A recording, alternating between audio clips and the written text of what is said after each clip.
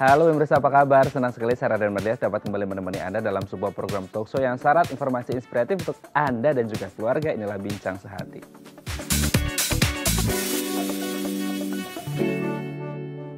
Ya pemirsa, hari ini Kamis 12 November 2020 kita semua memperingati Hari Ayah Nasional. So, selamat Hari Ayah untuk seluruh ayah di Nusantara. Nah kalau kita ngomongin tentang ayah gitu ya, apalagi peran ayah di masa pandemi COVID-19 ini mungkin kayaknya agak double gitu ya. Karena biasanya ayah itu kan cuma kerja seperti itu. Tapi sekarang semua ayah, hampir semua ayah gitu, hampir semua ibu ini bekerja dari rumah atau WFH. Anak-anak juga school from home atau belajarnya dari rumah, belum pergi ke sekolah. Akhirnya apa? Ini harus ada bagi-bagi tugas nih antara ibu dan juga ayah untuk mengurus rumah tangga, mulai dari mungkin masak, nyuci piring, nyuci baju, atau yang terpenting juga adalah mengasuh anak. Nah inilah topik yang akan kita bahas hari ini, yaitu peran ayah saat WFH. Namun sebelum membahasnya kita akan membahas terlebih dahulu nih beberapa fun fact tentang dilema ayah bekerja dari rumah. Kita lihat yang pertama ya.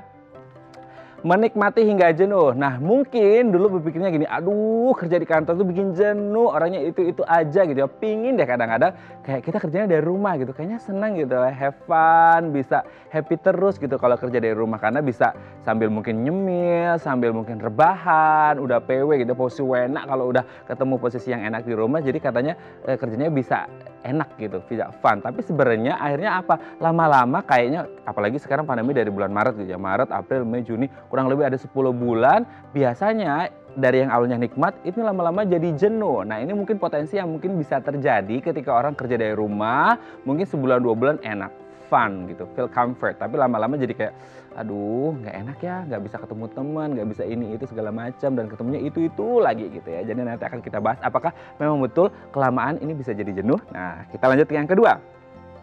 Tugas suami atau pencari nafkah. Nah ini yang sekarang agak recok ya. Ini antara biasanya nih kalau mostly pria atau suami ketika mereka bekerja secara normal di luar pandemi itu mereka berpikirnya mereka adalah pencari nafkah untuk keluarga, menjadi tulang punggung keluarga. So pekerjaan mereka hanya mencari nafkah, mencari penghasilan, di rumah mereka santai-santai seperti itu. Tapi selama pandemi ini kan beda nih kondisinya. Jadi tidak hanya di kantor aja tapi di rumah aja. Jadi mereka berpikir kadang-kadang ini sebenarnya saya pencari nafkah atau suami ya, atau bapak rumah tangga gitu, karena harus kerepotan juga mungkin nyuci baju, tadi yang sudah disebut ya, nyuci piring, masak, atau bantu-bantu ngasuh anak, itu banyak sekali. Jadi mungkin agak bingung posisinya seperti apa, meskipun dua-duanya bisa dijalankan gitu ya. Oke, kita lanjut yang terakhir, yang ketiga adalah me time. Nah ini yang sering disebut, kalau dulu mungkin kerja di kantor itu kan 9 to 5, jam 9 sampai jam 5 sore gitu ya. Tapi sekarang ketika ada di rumah,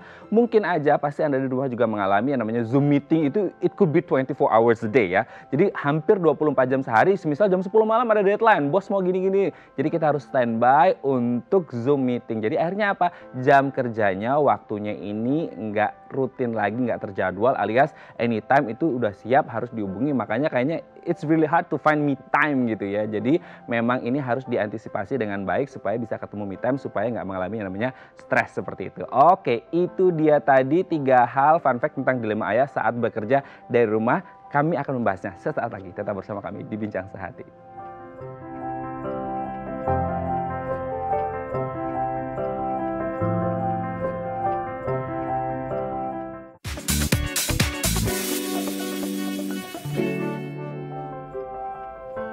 Baik, Anda masih bersama kami di Bincang Sehati. Tadi di segmen sebelumnya kita sudah membahas beberapa fun fact dilema ayah saat bekerja dari rumah. Tadi sudah disebutkan ya, ini jadi suami, bapak rumah tangga atau pencari nafkah kan seperti itu. Jadi untuk membahasnya, ini telah tersambung bersama kami di sambungan Zoom dengan Mas Jimmy Susanto MM, International Certified Master Trainer Neuro-Linguistic Programming, dan juga bapak dari 2 orang anak. Selamat pagi Mas Jimmy, apa kabar?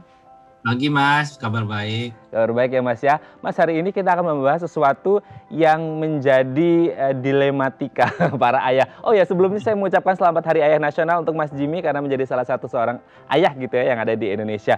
Mas, ini kalau selama pandemi kan apalagi WFH gitu ya. Jadi kadang-kadang bapak-bapak ini agak kepikiran kayak, saya ini suami, bapak rumah tangga mencari nafkah atau apa nih gitu kan. Banyak banget kayaknya perannya ya, meskipun sebenarnya peran istri juga banyak kan seperti itu. Nah, untuk membahas apa aja sih sebenarnya fun fact dilema ayah saat bekerja dari rumah, kita akan bahas satu-satu Mas. Apakah benar bekerja dari rumah awalnya dapat dinikmati tapi lama-lama jadi jenuh gitu. Kita tahu dari Maret ya kurang lebih, jadi kurang lebih 9 bulan gitu Mas. Kita bekerja dari rumah, mostly dari bapak-bapak bekerja dari rumah. Awalnya sih kayak dulu kerja di kantor, aduh kayaknya jenuh, pengen kerja di rumah, kayaknya lebih nyantai ya. Setelah kerja di rumah udah 9 bulan nih, itu kayaknya aduh udah fed up banget nih sama yang di rumah. Apakah betul selalu seperti itu, sesuatu yang sudah kelamaan jadi akhirnya jenuh? Gimana nih Mas? Ya bagus juga sih sebenarnya. Waktu pas pandemi itu ya kita nggak tahu juga kan bisa selama ini ya. Kerja dari rumah memang awalnya saya udah semi kerja dari rumah, jadi memang sebelum pandemi itu udah setahunan terakhir kantornya saya pindahin ke rumah juga, ada staff juga di rumah. Nah tapi kalau dibilang lama-lama bikin jenuh, oh iya banget lah, karena kan biasa kan pagi ya antar anak sekolah gitu kan, ketemu lagi sore gini kan, udah merdeka lah gitu kita kan. Nah tapi kalau sekarang kan ketemunya dua-duanya lagi rumah ya kan, yang kecil kelas 2, yang gede kelas 5, dan itu semuanya online. Dan itu hektik banget ya setiap pagi. Jadi kalau mereka masih belum mengerti kan, awal-awal mereka bahkan nggak terlalu terekspos tentang laptop, tentang gadget segala kan nggak terlalu terekspos. Sekarang dari school from home jadi kan harus pakai tuh. Nah itu yang kita harus set up, ngajarin. Awal-awal seminggu pertama hektik banget gitu kan. Jadi karena mereka sampai setengah 1, jam 1 online terus, apalagi kalau internet di rumah awal-awal tuh nggak stabil. Ya itulah kendalanya sih. Jadi agak hektiknya di situ gitu ya. Oke Mas, kita lanjut ke yang kedua Mas. Ini bapak-bapak katanya jadi lebih sulit. Nah ini ya, jadi dilematika ya untuk ngebedain sebenarnya saya ini suami, bapak rumah tangga atau pencari nafkah gitu. Jadi gimana? Apakah memang mewakili mewakili bapak-bapak, ayah-ayah yang ada di luar? Gimana nih Mas Jimmy? Harusnya menurut saya jadi satu kesatuan gitu. Kebetulan istri saya juga dokter ya, yang banyak kerja terus hampir tiap hari. Saya malah challenges lebih seru. Istri kan dokter di sebuah klinik BPJS yang harus banyak ngatasin suspek COVID gini kan. Makanya tiap kali pulang malah kita harus protokol di rumah sendiri juga udah seru sendiri itu. Tapi terpisah daripada itu, ya harusnya bisa semuanya. Bapak rumah tangga, jadi suami juga, jadi bapak juga, cari nafkah juga. Semuanya bisa dong. Kalau kita dibilang suami nggak mau ngurus anak lah, nggak bisa juga dong. Oh saya nyari duit doang, saya nggak mau jadi suami, ya nggak bisa juga. Menurut saya malah tiga-tiganya harus menjadi satuan. Kalau mau jadi bapak yang memang multi talented ya sebenarnya itu udah job desk-nya deh pemirsa. Jadi ayah punya job desk sendiri juga ya gitu selama WFH.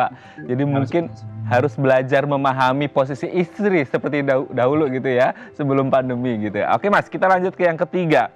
Apakah benar ketika bekerja dari rumah juga membutuhkan me time? Apalagi kalau di rumah sebenarnya kan ya Mas, tadi sudah disebut sama Mas Jimmy nih, ketemunya istri lagi, anak lagi, ini lagi. Jadi 4L ya, lu lagi gitu kan bahasanya. Nah apakah kemudian tetap kayaknya perlu me time juga deh untuk mengantisipasi supaya mungkin yang seperti poin 1 tadi untuk mengatasi kejenuhan. Gimana nih Mas?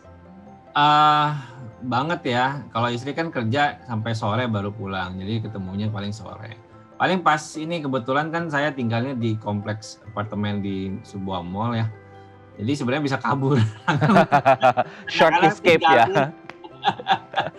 Kebetulan saya ada mbok yang di rumah, ada satu mbok di rumah. Jadi kalau keluar ya udahlah, cabut dulu lah, langsung turun ke mall, atau istri pulang, jangan pulang ke rumah dulu, ya, kita makan dulu. Jadi me time udah harus banget lah. Kalau enggak kita juga stres. Kalau kitanya stres, anaknya jadi istilahnya pelampiasan, akhirnya jadi korban dan sebagainya ya. Saya mending langsung turun. Kalau saya di apartemen turun ada kolam renang, tapi nggak bisa pakai, jadi cuma muter-muterin kolam renang aja, jadi jogging dan sebagainya. Pasti harus me time itu. Oke, berarti intinya me time ini penting gitu ya Mas ya, untuk kemudian menjaga kestabilan emosi seperti itu selama pandemi. Apalagi pandemi kan pressure-nya juga agak lebih agak berat gitu ya. Jadi me time ini penting banget. Nah, gimana untuk mereka yang akhirnya kayak belum bisa menikmati me time-nya meskipun menyediakan me time, karena sebenarnya mereka kayak mungkin ada yang kena pemutusan hubungan kerja gitu kan, terus kemudian nggak punya penghasilan, dan itu kan sebenarnya tingkat stresnya juga tinggi nih Mas. Ya kemudian kayak mau nikmatin me time, waktu sih kayaknya ada, tapi kayaknya mungkin nggak bisa menikmati me time-nya karena kepikiran terus gimana saya nyari duit, itu gimana tuh? Nah, sebenarnya kan me time bukan yang kita habisin duit. Me time kan cuma bisa turun, refreshing, jalan kaki, jogging gitu. Jadi nggak harus keluarin duit juga gitu. Jadi sebenarnya justru me time bagus buat menetralkan.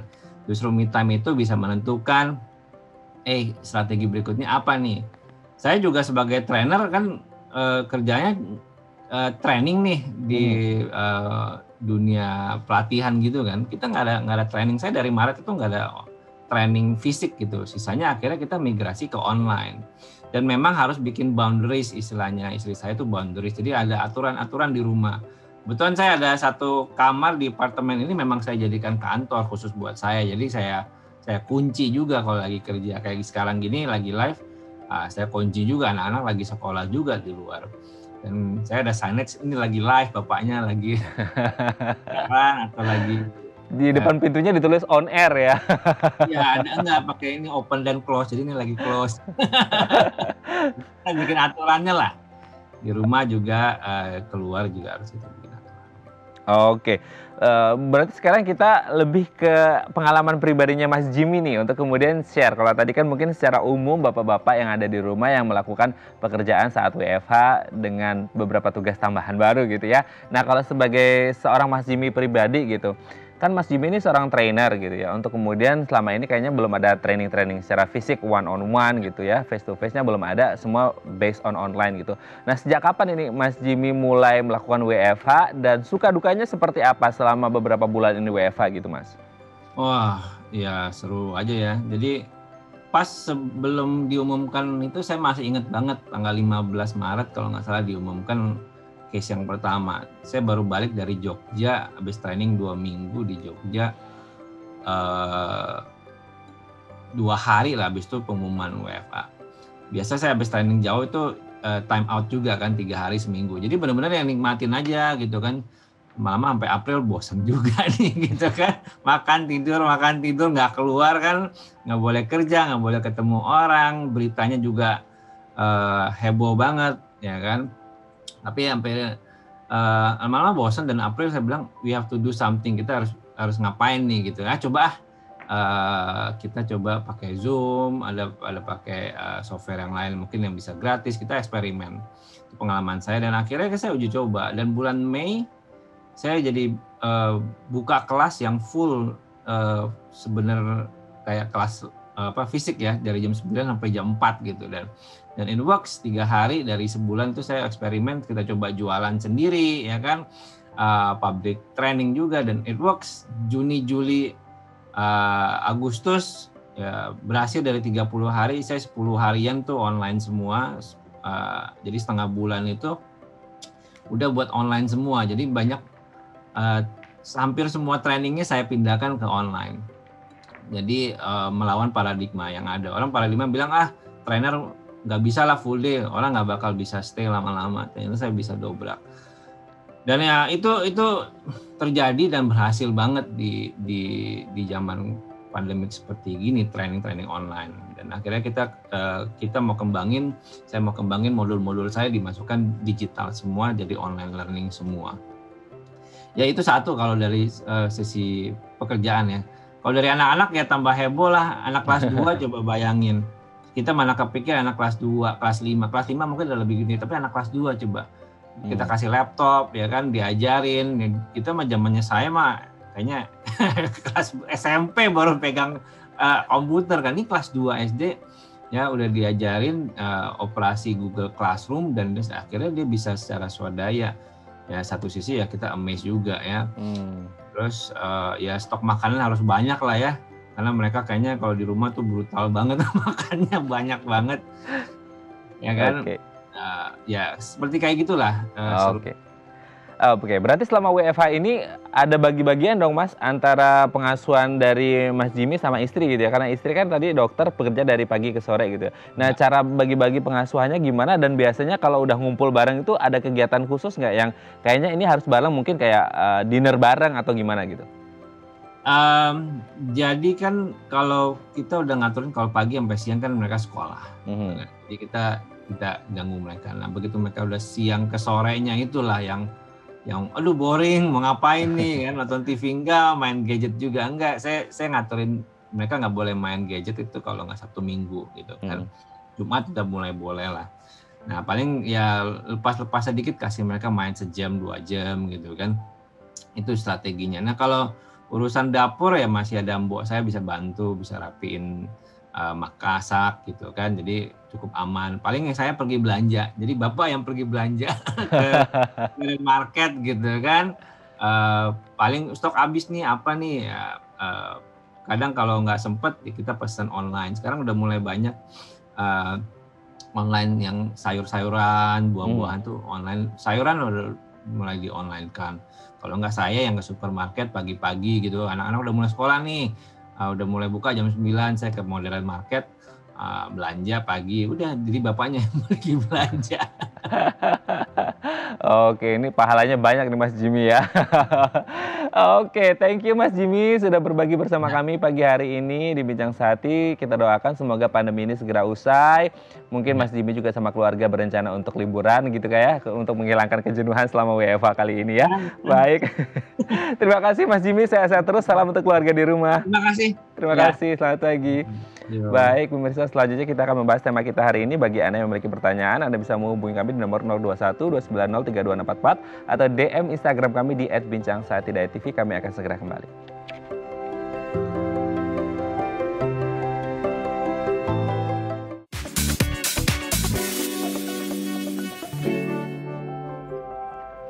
Baik, Anda masih bersama kami di Bincang Sehati dan kita masih membahas topik kita hari ini dalam rangka Hari Ayah Nasional 12 November, peran ayah saat WFH.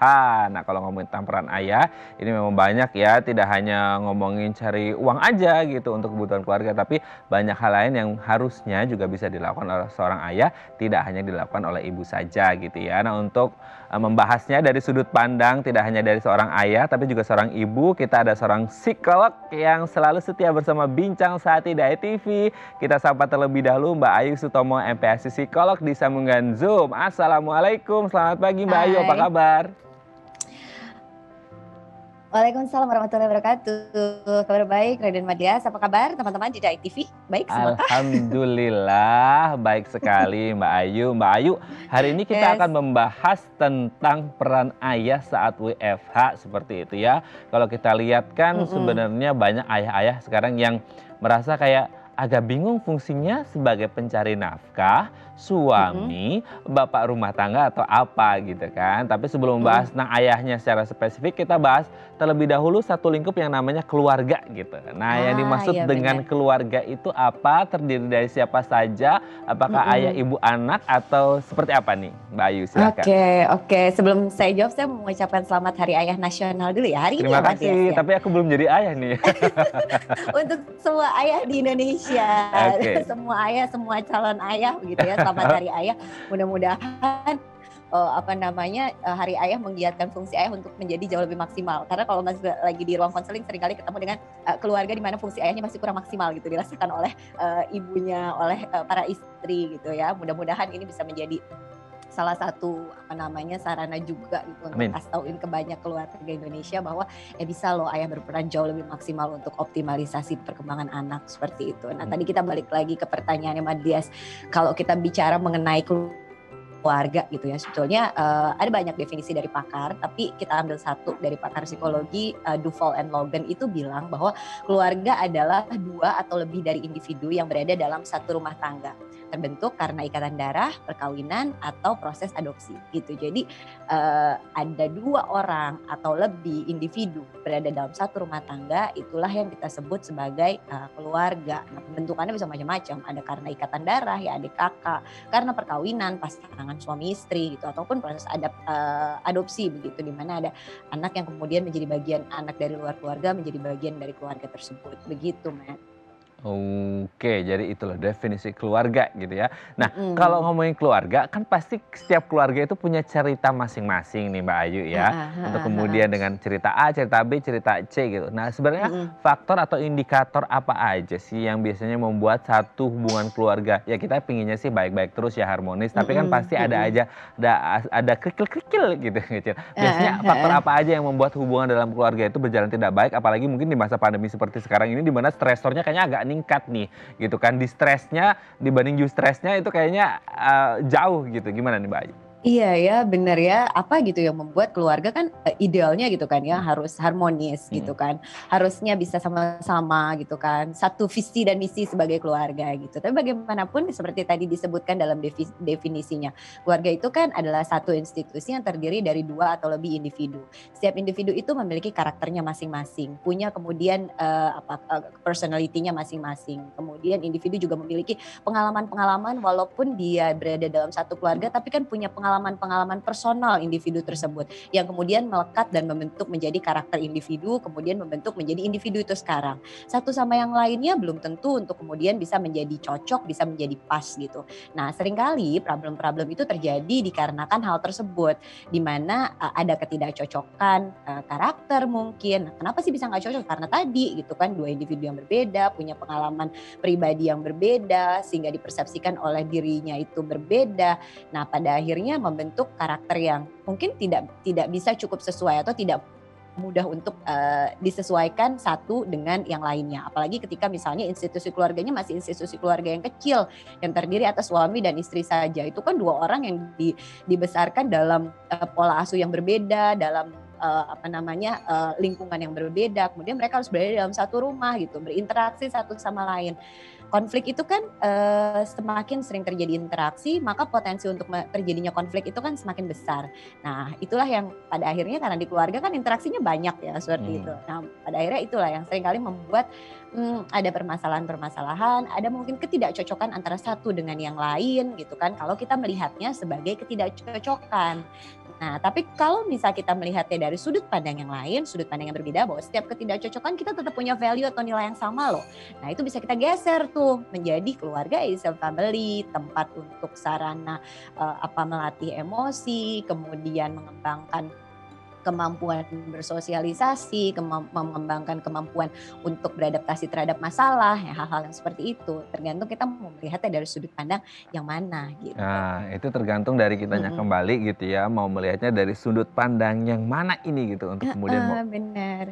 Gitu. Oke, tapi nih Mbak Ayu, selama pandemi ini kan banyak kemudian yang akhirnya kerja dari rumah ya, dari rumah, belajar dari rumah, nggak pergi ke sekolah gitu. Jadi akhirnya kayak untuk yang kerja deh gitu. Kan dulu kerja mungkin jadwalnya pas nih, rutin 9 to 5, jam 9 pagi sampai jam 5 sore gitu ya. Tapi kan sekarang kayaknya di zaman pandemi it doesn't work gitu, kayaknya enggak gitu ya. Bahkan mungkin bisa 9 to 9 atau 9 to 12 gitu. Jadi malah almost 24 hours a day kan, seperti itu. Jadi kayak akhirnya harus dibayang-bayangi dengan Zoom meeting gitu kan. Harus dibayang-bayangi dengan deadline gitu kan ya. Pasti kita semua merasakan. Nah, akhirnya kesibukannya justru tambah seperti itu. Kalau mungkin dulu 9 to 5 selebihnya bisa untuk keluarga, sekarang jadi kayak waktunya harus depan gawe, harus standby ketika mungkin bos atau atasan ini harus ngubungin kita nanya tentang deadline pekerjaan. Apakah kemudian kesibukan yang akhirnya justru lebih banyak selama pandemi ini bisa mengurangi yang namanya komunikasi sama anggota keluarga yang lain tidak seintens dulu, dan akhirnya membuat hubungannya jadi agak nggak enak gitu, atau gimana nih? Iya ya, dia ada tapi seperti tak ada gitu ya. Ada di situ. Antara gitu ada dan tiada ya. Antara ada dan tiada gitu ya. Dia ada di situ, tapi kok nggak berinteraksi karena sibuk gitu dengan kerjaannya gitu kan. Sebenarnya semua bisa dikomunikasikan. Kalau misalnya kita melihat dari waktu bekerjanya yang kemudian jadi flexi hour, tapi flexi hour kebablasan gitu. Jadi mestinya selesai jam 4, akhirnya malah jadi selesai itu jam 9 atau jam 8 malam karena meeting yang tidak berkesudahan gitu kan ya. Sebenarnya mungkin merefleksikan dari yang disampaikan sama tamu sebelumnya ya Matt ya, bahwa benar harus ada boundaries gitu, ada pembatasan, walaupun flexi hour tetap juga harus ada boundaries antara waktunya kapan. Oh jam 8 baru mulai kerja sampai jam berapa gitu. Kemudian jam 4 sudah selesai ya berarti artinya tutup laptopnya, keluar dari area kerja dan kemudian baru kemudian beraktivitas dengan anggota keluarga yang lainnya begitu. Nah, kalau kemudian terkait dengan ruangan itu juga settingannya perlu untuk diperhatikan, di mana perlu diperhatikan ada pembatasan ruang tertentu, ruangan kerja, ruangan bermain, sehingga tidak terkesan tidak ada keteraturan gitu. Karena sebetulnya basically kan orang butuh keteraturan, orang butuh sesuatu yang runtun untuk membuat dia merasa nyaman. Nah itu sebetulnya yang kita coba untuk jaga gitu. Nah kalau kemudian akhirnya apakah kadang-kala malah justru menjadi konflik gitu kan, itu sebenarnya bisa dibicarakan, bisa didiskusikan. Apalagi kalau pasangan yang dua-duanya itu flexi hour gitu. Nah jadwal meetingnya kapan, jadwal bisa kosongnya kapan, itu duduk bareng. Aku kosong jam segini, kamu kosong jam segini, ini anak siapa yang pegang ya, seperti gitu loh. Jadi hal-hal seperti itu yang sepertinya harus dibicarakan dengan anggota keluarga yang lain untuk memberikan support satu sama lain sehingga pekerjaan bisa berjalan dengan baik, terus di rumah juga bisa terkelola dengan baik gitu. Nah karena kan mungkin salah satu fungsi dari keluarga itu juga kan untuk memberikan dukungan kan pada saat masa sulit atau pada saat dibutuhkan. Sebenarnya salah satu fungsi keluarga adalah memberikan dukungan baik secara fisik moral maupun material to supporting each other gitu. Support each other. Nah kalau ngomongin tentang support each other gitu ya, itu perlu ada bagi-bagian tugas tanggung jawab nggak di rumah gitu? Iya ya, sebenarnya kalau berbicara mengenai tugas dan tanggung jawab, kalau secara aturannya dan kemudian banyak yang terlihat di Indonesia ini gitu kan, kalau bapak tugasnya adalah mencari uang, mencari nafkah, memenuhi semua kebutuhan rumah tangga. Ibu terlibat jauh lebih besar dalam proses pengasuhan dan pengelolaan rumah tangga gitu kan. Nah itulah yang kemudian tidak langsung kemudian terbentuk pandangan yang terjadi di Indonesia mungkin ya kalau kita berbicara sebagian besar seperti itu gitu. Tapi kan semakin kesini makin banyak rumah tangga yang pada akhirnya menganut atau lebih mengarah kepada prinsipnya adalah pernikahan yang setara. Jadi sama-sama mencari nafkah, sama-sama melakukan pengasuhan. Nah di situ sebetulnya pembagian dan komunikasi itu kemudian dibuat menjadi lebih clear, nggak melulu kadangkala suaminya harus yang hanya mencari nafkah gitu, tapi istri juga sudah memberikan kontribusi, atau nggak melulu namanya anak-anak itu dipegang sama istri, ada kala-kala waktunya itu memang harus dipegang oleh suami gitu kan. Atau kala-kala waktunya suami perlu untuk melakukan tugas-tugas rumah tangga kayak gitu. Itu sekarang sudah jauh lebih fleksibel kali ya kalau kita bilang seperti itu. Oke, berarti istilahnya harus ada pernikahan atau rumah tangga yang setara. Tidak ada tugas istri saja, tidak ada tugas suami saja, tapi ini tugas bersama. Ngasuh anak ini bukan anak istri, anak suami juga, anak bersama gitu ya. Karena sama-sama saling bekerja sama seperti itu ya. Baik, oke Mbak Ayu, nanti kita akan lanjut lagi lebih spesifik ke peran ayah saat WFH. Dan kami akan membahasnya sesaat lagi, tetap bersama kami di Bincang Sehati. Oke.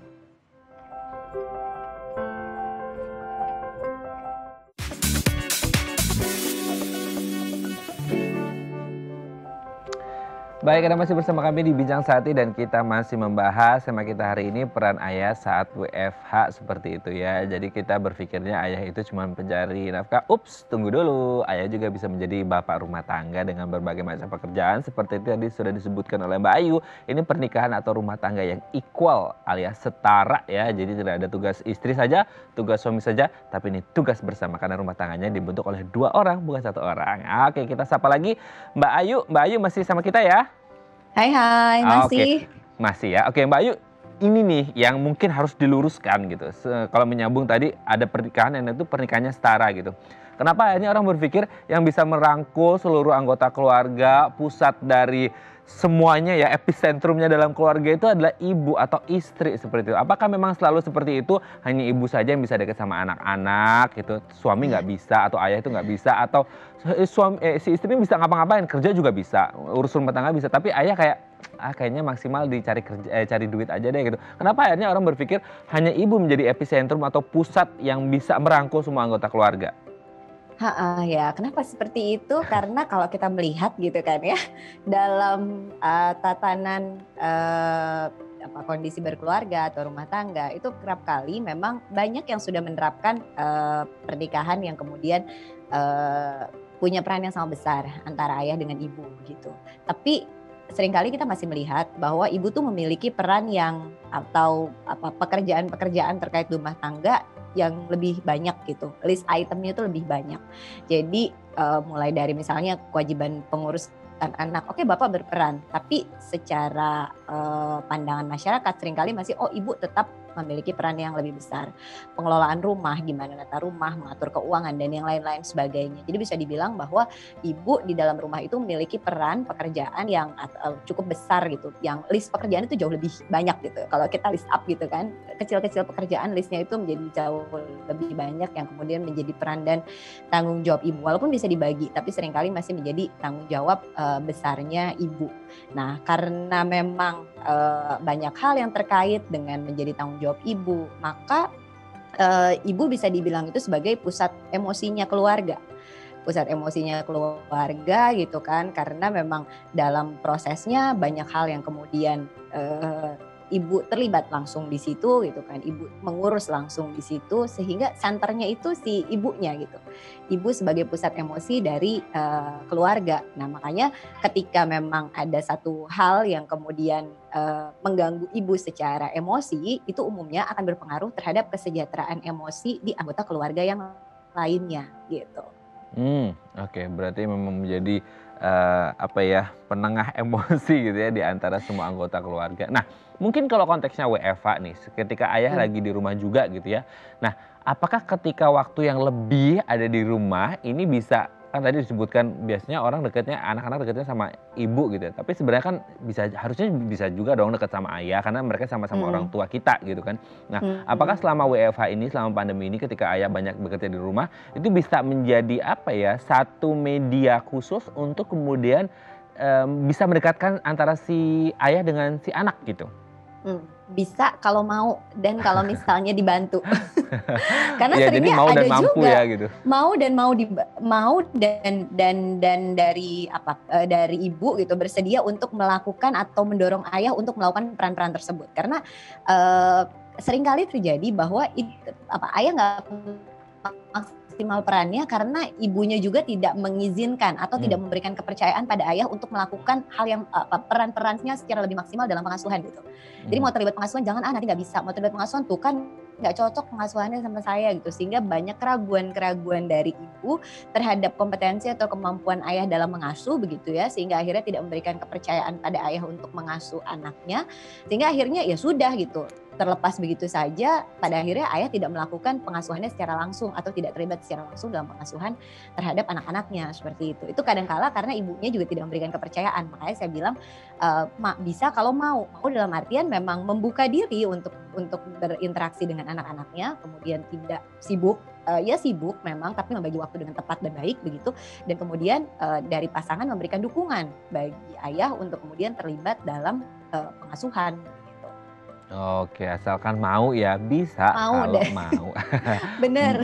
Oke, mampu tapi nggak mau juga nggak bisa juga ya. Yang penting ada kemauan dulu gitu kan. Kayak ibarat peribahasa, when there's a will, there's a way ya. Ya kalau ada mau pasti ada jalannya. Oke, Mbak Ayu, ini sudah ada penelpon.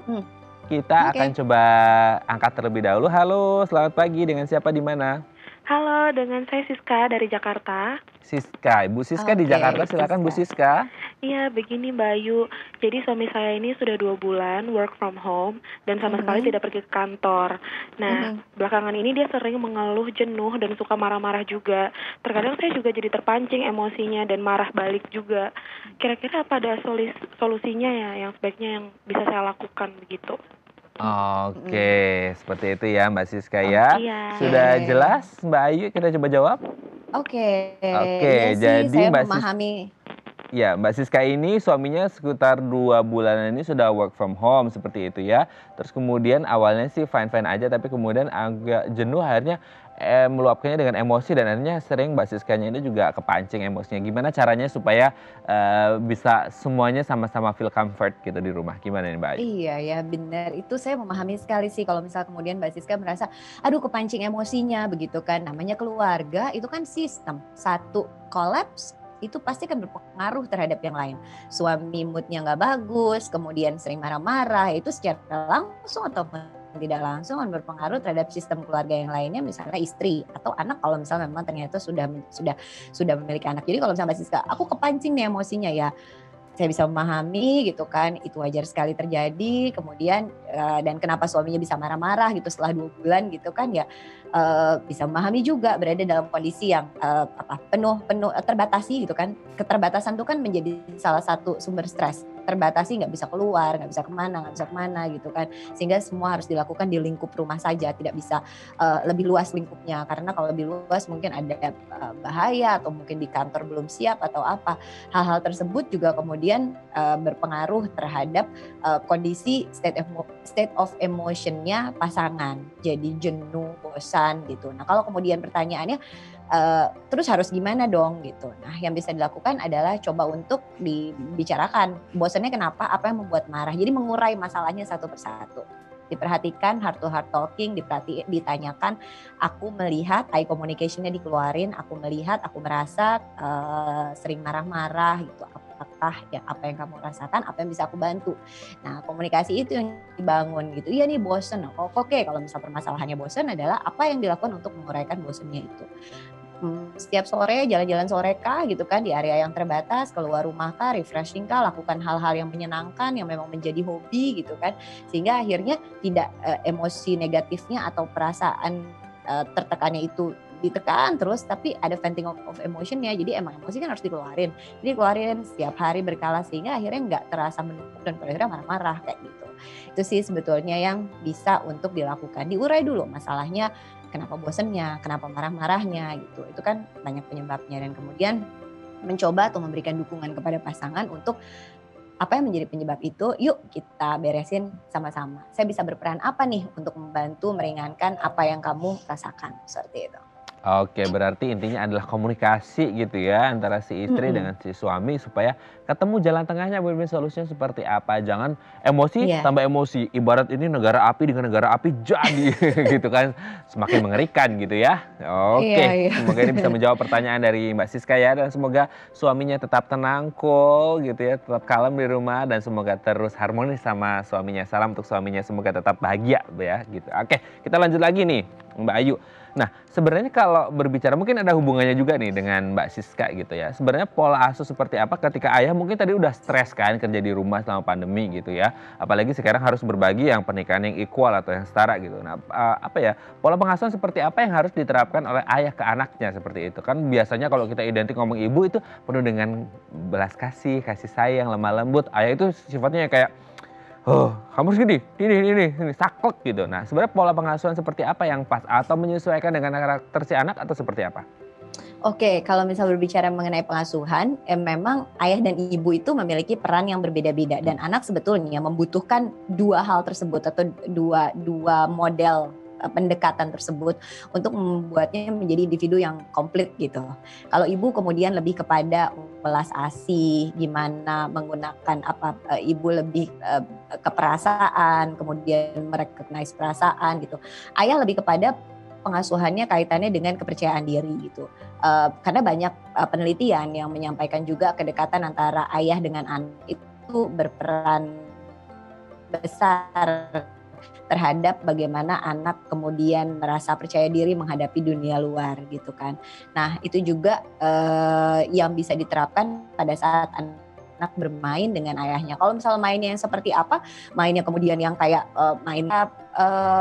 perkembangan fisik anak itu juga menunjang sebenarnya. Kalau ibu dengan sentuhan-sentuhan lembutnya kepada anak, sementara ayah kan biasanya yang gendongnya diangkat, kemudian digoyangin kanan kiri, itu sebetulnya menstimulasi secara fisik pada anak dua area yang berbeda yang distimulasi yang akan membuatnya menjadi lengkap gitu. Itu kalau kita berbicara fisik. Kalau kemudian berbicara perkembangan emosi, pada saat ibu melatih atau melakukan pendekatan dengan penuh kasih gitu kan, lemah lembut, ibu kan figurnya seperti itu ya. Sementara ayah pada disiplin, kemudian lebih kepada kalau misalnya sesuatu itu langsung straight to the point gitu kan, karena biasanya umumnya ya yang laki-laki itu kan lebih ke yang to the point aja, nggak pakai muter-muter bulat atau apa segala macam. Itu membantu anak juga pada saat pengambilan keputusan atau apa. Jadi sebenarnya baik ibu maupun ayah dua-duanya itu punya peran, dua-duanya punya peran dalam kekhasan pengasuhannya tersebut yang pada akhirnya akan membuat anak menjadi lengkap, komplit gitu dari figur ayah maupun figur ibunya, seperti itu. Oke, berarti memang punya tugas masing-masing ya. Kalau ibu itu lebih ke welas asih, kalau ayah itu untuk meningkatkan kepercayaan diri anak, kemandirian ke depannya nanti kalau mungkin bekal untuk dewasa gitu ya. Jadi akhirnya anak ini komplit mendapatkan dari sisi A dan si B seperti itu ya. Baik Mbak Ayu, nanti kita di segmen terakhir akan membahas nih bagaimana kemudian tips supaya ayah dan anak ini hubungannya semakin erat dan dekat seperti itu ya. Baik pemirsa, bagi Anda yang memiliki pertanyaan, Anda bisa menghubungi kami di nomor 021 290 32644 atau DM Instagram kami di @bijangsati.tv. Kami akan segera kembali.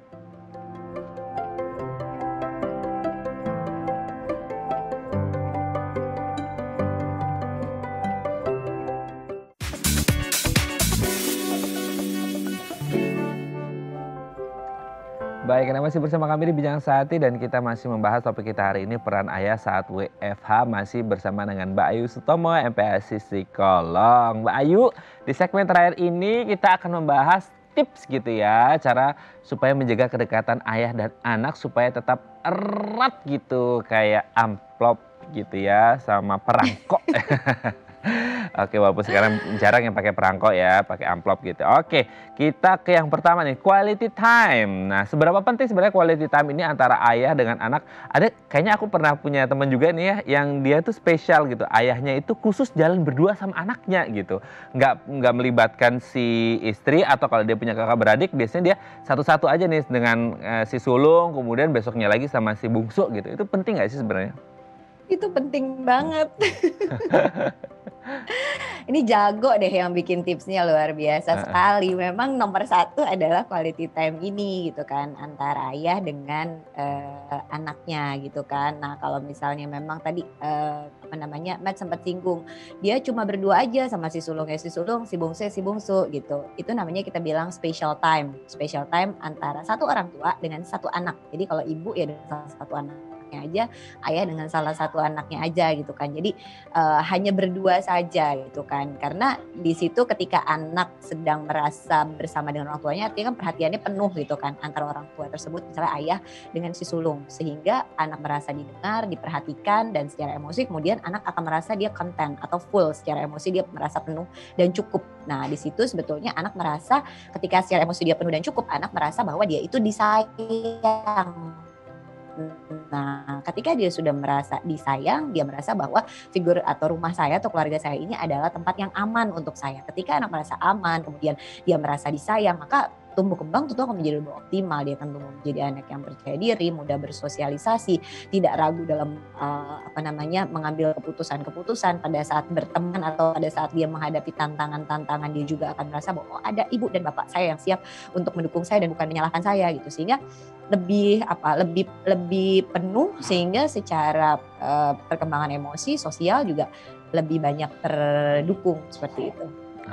Oke, berarti harus memberikan quality time khusus untuk anak-anak gitu ya. Betul. Oke, selanjutnya yang kedua adalah memberikan contoh yang baik. Itu menjadi PR juga nggak untuk orang tua, harus memberikan contoh yang baik di luar stresor internal dan eksternal dalam kehidupan orang dewasa. Gimana nih?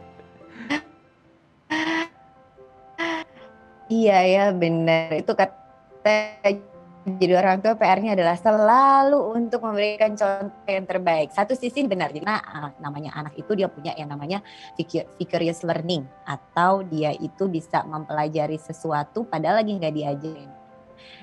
Dia hanya melihat secara langsung, kemudian dia meniru, menduplikasi apa yang dilakukan oleh orang tuanya. Oleh karenanya memang berlaku baik, memberikan contoh yang baik gitu, itu adalah pengajaran yang jauh lebih efektif kepada anak dibandingkan dengan cuma ngomongin aja atau ngasih tauin aja gitu kan. Karena memang tadi ada konsep yang namanya pembelajaran tidak sengaja itu yang dilakukan oleh anak, kesannya lagi nggak diajarin, tapi kok tiba-tiba dia bisa gitu ya. Nah, itulah yang membuat PR bagi orang tua untuk senantiasa memberikan contoh yang baik kepada kehidupan, nilai-nilai hidup, prinsip-prinsip hidup yang baik gitu kepada anaknya. Tapi di satu sisi gitu kan, orang tua adalah manusia biasa yang kadang-kala juga emang membuat kesalahan, kan bukan manusia yang sempurna itu. Jadi pasti kadang-kala membuat kesalahan. Terus gimana kalau misalnya udah membuat kesalahan? Ya nggak apa-apa juga gitu kan, namanya itu satu hal yang manusiawi sekali gitu. Oleh karenanya dilakukan apa ya, say sorry, perbaiki, ngomong sama anak, oh ya ternyata salah ya. Atau ketika ditegur sama anaknya, mama kok kayak gini sih, atau ibu kok kayak gini sih, ayah kok kayak gini sih. Kemarin katanya nggak boleh, oh ya lupa, maaf ya, makasih ya sudah ngingetin ibu, makasih ya udah ngingetin ayah. Itu nggak apa-apa banget untuk dilakukan. Dari situ pun anak belajar bahwa ya nggak apa-apa buat salah, habis itu disadari, kemudian perbaiki gitu. Jadi nggak apa-apa banget memberikan contoh yang baik, iya, tapi namanya manusia kan mungkin nggak baik terus-terusan ya, ada kala-kalanya gitu berada dalam state emotion yang di bawah, kemudian pada akhirnya itu nggak sadar memberikan contoh-contoh yang kurang baik atau kurang tepat pada anak. Nah, itu yang bisa dilakukan, say sorry, perbaiki, kemudian dievaluasi, oh ya menurut Ade itu tadi kurang baik ya, iya, nah malah itu jadi bahan untuk didiskusikan bersama dengan anak kayak. Oke. Mungkin yang terakhir nih Mbak Ayu, karena kita terbatas waktu gitu ya. Nah, ini si ayah ini harus berada di pihak anak, merasa if I were you gitu. Jadi kayak aku ada di pihak kamu gitu, itu bener nggak?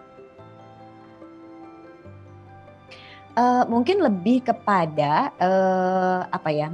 berempati dan kemudian mau untuk merasakan apa yang anak rasakan gitu. Jadi kadang-kala kan kalau misalnya anak gitu mengeluh kepada orang tua, seringkali gitu aja nggak bisa gitu kan, atau statement-statementnya dulu mama bisa kayak gitu, dulu ayah bisa kok kayak gitu, masa gitu aja nggak bisa, anak laki harus bisa dong, anak laki nggak boleh nangis dong, masa gitu aja nangis gitu kan. Ini mungkin lebih kepada berada di pihak anak adalah berusaha untuk memahami apa yang sedang dirasakan oleh anak. Implementasinya seperti apa dalam model komunikasinya, itu ada yang namanya reflective listening, atau kita mendengarkan secara reflektif. Jadi misalnya anaknya bilang kayak, aku tadi dimarahin ya sama teman-temanku pada main di sana, aku dijauhin sendiri gitu. Bukan oh gitu, tapi lebih kepada yang oh ya tadi dijauhin ya, gimana perasaannya? Iya aku sedih. Kamu sedih ya dijauhin sama teman-teman. Terus tadi apa yang dilakukan? Nah, statement kamu sedih ya, itu menguatkan anak bahwa dia diterima, ayah paham saya, dia tahu perasaan saya, sehingga membuat anak jauh lebih nyaman kayak gitu kan.